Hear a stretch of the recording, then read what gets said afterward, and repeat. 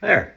Hello to everybody reading the Maps Italia newsletter. This is Rick Doblin, founder of Maps in the United States, and I'm happy to report that I'm just outside of Washington, D.C. Yesterday there was a big conference organized by the Psychedelic Medicine Coalition about the implications of the executive order from President Trump on psychedelics that was issued on April 18th, which, by the way, in the evening of April 18th, we had previously scheduled months before a MAPS party to celebrate our 40th anniversary.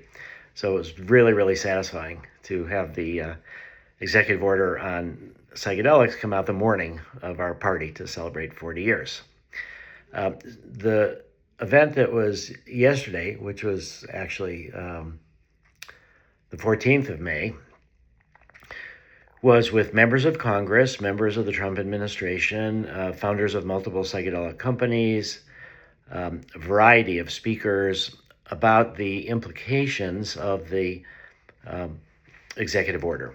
And the overall sense of it was that it's very hopeful, that it does seem like this has been a big signal that's being sent to the bureaucracies to go ahead and really support psychedelic research and the approval of psychedelics. There was some concerns that people would think, because the political influence was clear, that if there are approvals, that would be based on politics and not necessarily based on the science. The response to that, I think, is transparency for all the different companies to publish all their communications with FDA and all their data in an open science way, but I don't think that's going to happen. So that is going to be that kind of a concern. But nevertheless, there was a lot of statements, at least, that the review is going to be faster, but not necessarily less rigorous.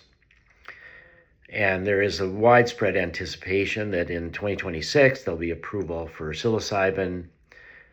Not so clear when MDMA will be approved, but that looks like it's moving forward quite well. As you know, there's going to be a training of therapists that MAPS and MAPS Italia are organizing together in September in Italy.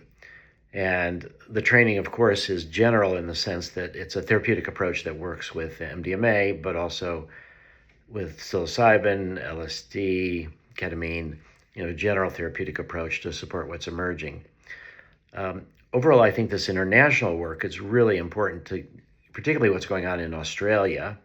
And there was reports on what's going on in Australia, what's going on in Europe, what's going on with the Czech Republic opening to psilocybin research.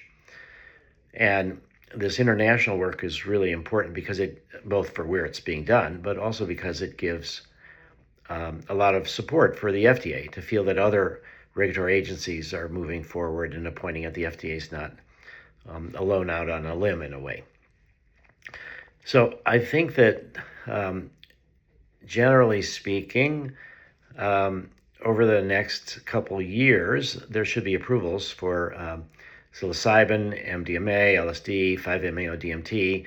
We heard yesterday that there's supposedly 7,000 ketamine clinics in the United States already.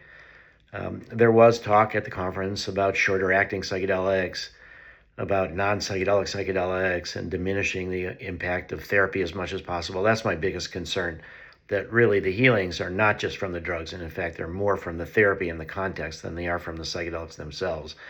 But the pharmaceutical approach is just to really focus on the drugs and not the therapy. So that's very worrisome to me, that the outcomes won't be as good when you don't really emphasize the therapy. And the pharma companies are going to just try to take all the money for the drugs as much as they can.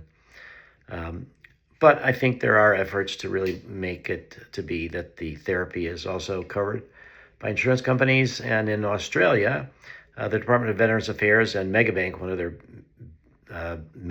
of their biggest insurance companies, is paying 30,000 Australian dollars, around 21,000 US dollars, to reimburse treatments for veterans and others for MDMA-assisted therapy for PTSD. So that's a really critical thing, the reimbursement for the therapy part. So overall, go forward in Italy. We really look forward to seeing what you can all do and helping as much as we can. Bye from Rick.